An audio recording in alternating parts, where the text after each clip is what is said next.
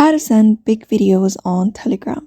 Hello everybody, welcome back to our channel. Today in this video we'll guide you through on how we can send big videos on Telegram. So let's go on with the process on how we can do so. But before that, don't forget to hit the like, share and subscribe icon and turn on the notification bells to get updated about our latest videos.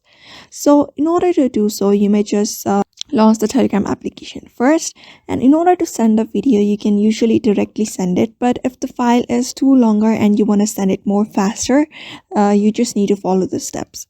Close the Telegram application. After that, head over to one of the files location where your videos are located.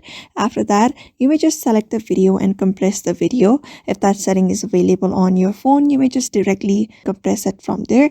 Otherwise, you can use different video editor application that will compress your apps like CapCut, which easily compresses your videos. After that is done, after you are done compressing your video, just gonna long select the video. After that, you can tap you can find the share tab at the middle of the screen at the bottom and click on it, and you may just go to the Telegram section here.